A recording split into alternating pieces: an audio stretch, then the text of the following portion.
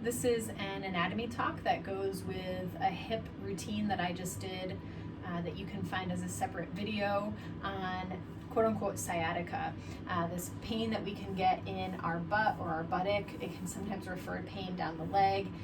Maybe it even gives some pain or tightness into the low back, and we'll talk about the anatomy of all of this and some maybe potential causes, but just some understanding of it a little bit more. So the sciatic nerve comes out from some of our spinal nerves, some that come from the lumbar plexus and some that come from the sacral plexus that form together. All of those nerves come out from the side of the lumbar spine and then kind of more from the front of the sacrum. And these nerves then have to travel into their own little grooves and tunnels. Some from the lumbar plexus in particular come around the front. Most from the sacrum come around down the back. And they then have to travel through their kind of tunnels or their pathways, which are formed by, in many places, number one, bone, and number two, muscle or soft tissue.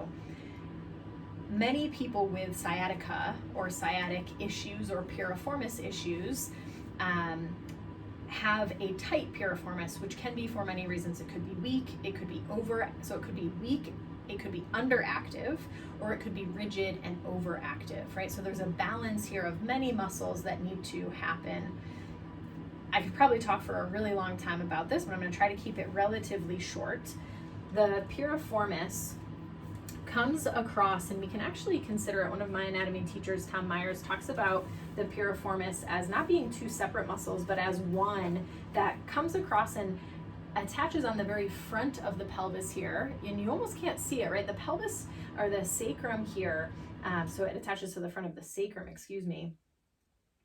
it can sometimes create this kind of cliffhanger, right? You almost lose the band here because there's such a tilt to the sacrum. So that has its own impact that we could go into. The piriformis then comes out and attaches out to the femur in the back into the greater trochanter.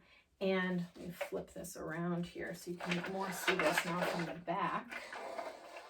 So although the muscle starts on the front of the sacrum, let's see if I can fish this through again.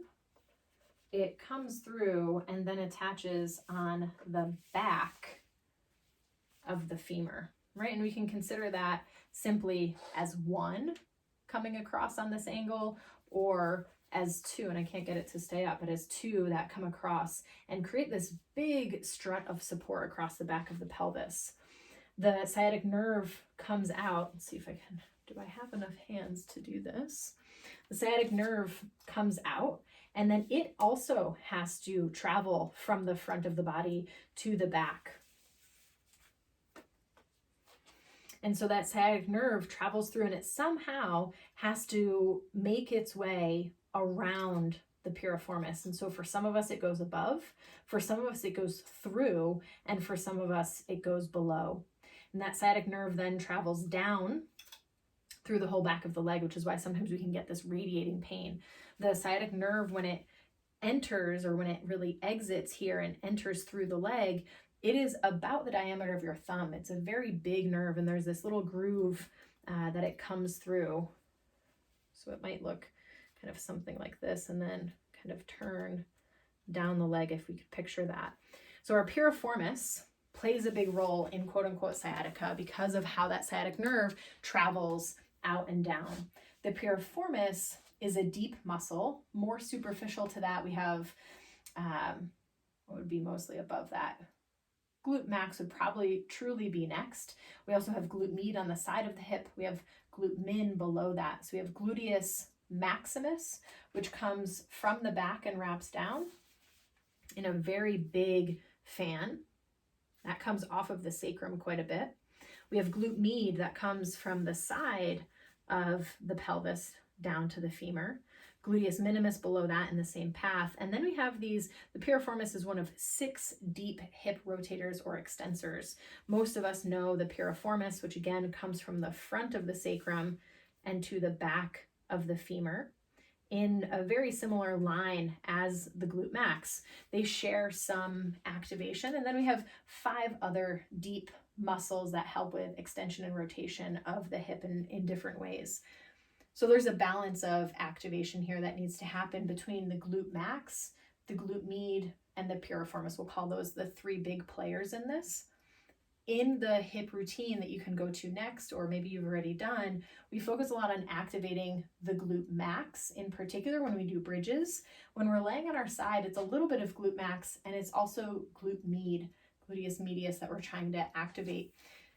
Our glute max primarily does hip extension. So when we stand, we're actually in a little bit of a more extended hip. When we go up and down stairs, we need to use our glute max to propel us. When we take a step and we walk, we go into hip extension and use our glute max. Our glute med helps us to stand on a single leg, not let our pelvis drop or move, but to be able to be supported, which is why we did a side lying exercise where we kind of lifted the leg. Here when we stand, the way that we're doing that is by not letting the hip drop out. So it's as if I'm pushing my foot out to the side and keeping my pelvis still. So glute max and glute med do a lot to support the pelvis. If they aren't pulling their weight, sometimes the piriformis takes over and does more. That would be an overactivity.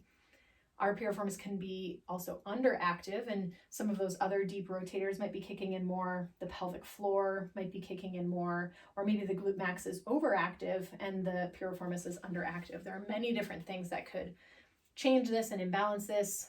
Plays into our knees and our ankles, into our core, our pelvic floor, many different ways we can go from there. But that gives you an idea of how the sciatic nerve, or quote unquote sciatica, is related to our piriformis, our gluteus maximus, and our gluteus medius. The other thing I mentioned was this idea of when we talk about the pelvis, its connection in relation to the low back and the hip. So as you noticed or saw from the piriformis, that goes from the sacrum to the thigh.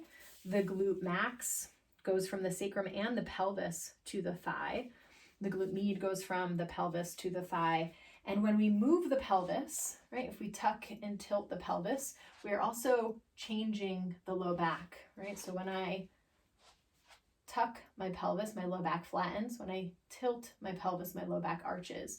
There's a very close connection between our pelvis, our low back, and our hip. We can call that the lumbo-pelvic-hip complex. And so when we have something going on with our piriformis, we again can look all the way down the chain to the feet. We can look up the chain, but we can also just make sure to address this as a lumbo-pelvic-hip issue, meaning that we should be thinking about our core as well, which I didn't fully address here, but that might be for a later exercise, our breathing, and then again, this activation of all of the areas around not just the piriformis, but the whole pelvis, hip, and low back area itself.